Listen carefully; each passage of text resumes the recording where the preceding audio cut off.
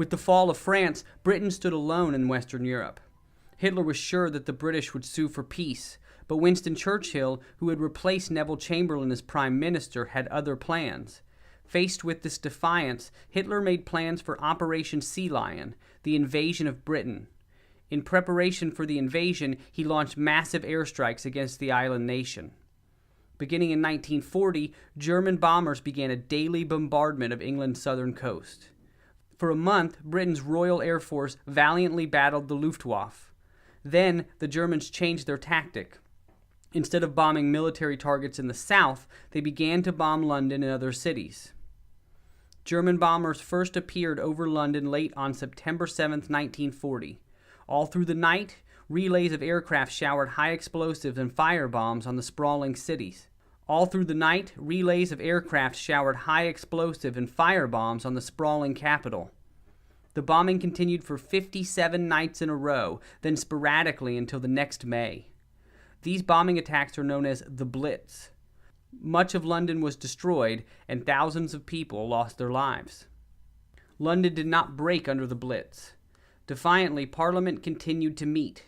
Citizens carried on their daily lives, seeking protection in shelters, and then emerging to resume their routines when the all-clear sounded.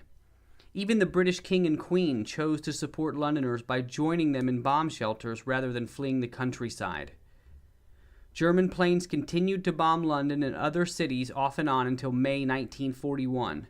But contrary to Hitler's hopes, the Luftwaffe could not gain air superiority over Britain, and British morale was not destroyed.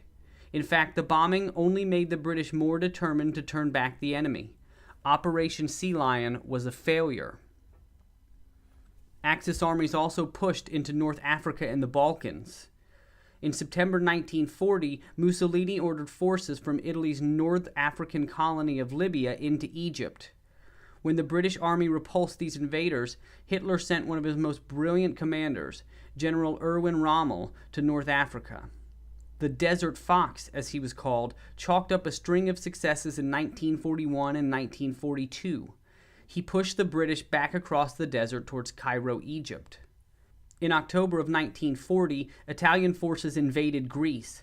They encountered stiff resistance, and in 1941 German troops once again provided reinforcements. Both Greece and Yugoslavia were added to the growing Axis empire. Guerrillas plagued the occupying forces. Meanwhile, both Bulgaria and Hungary had joined the Axis alliance. By 1941, the Axis powers or their allies controlled most of Europe.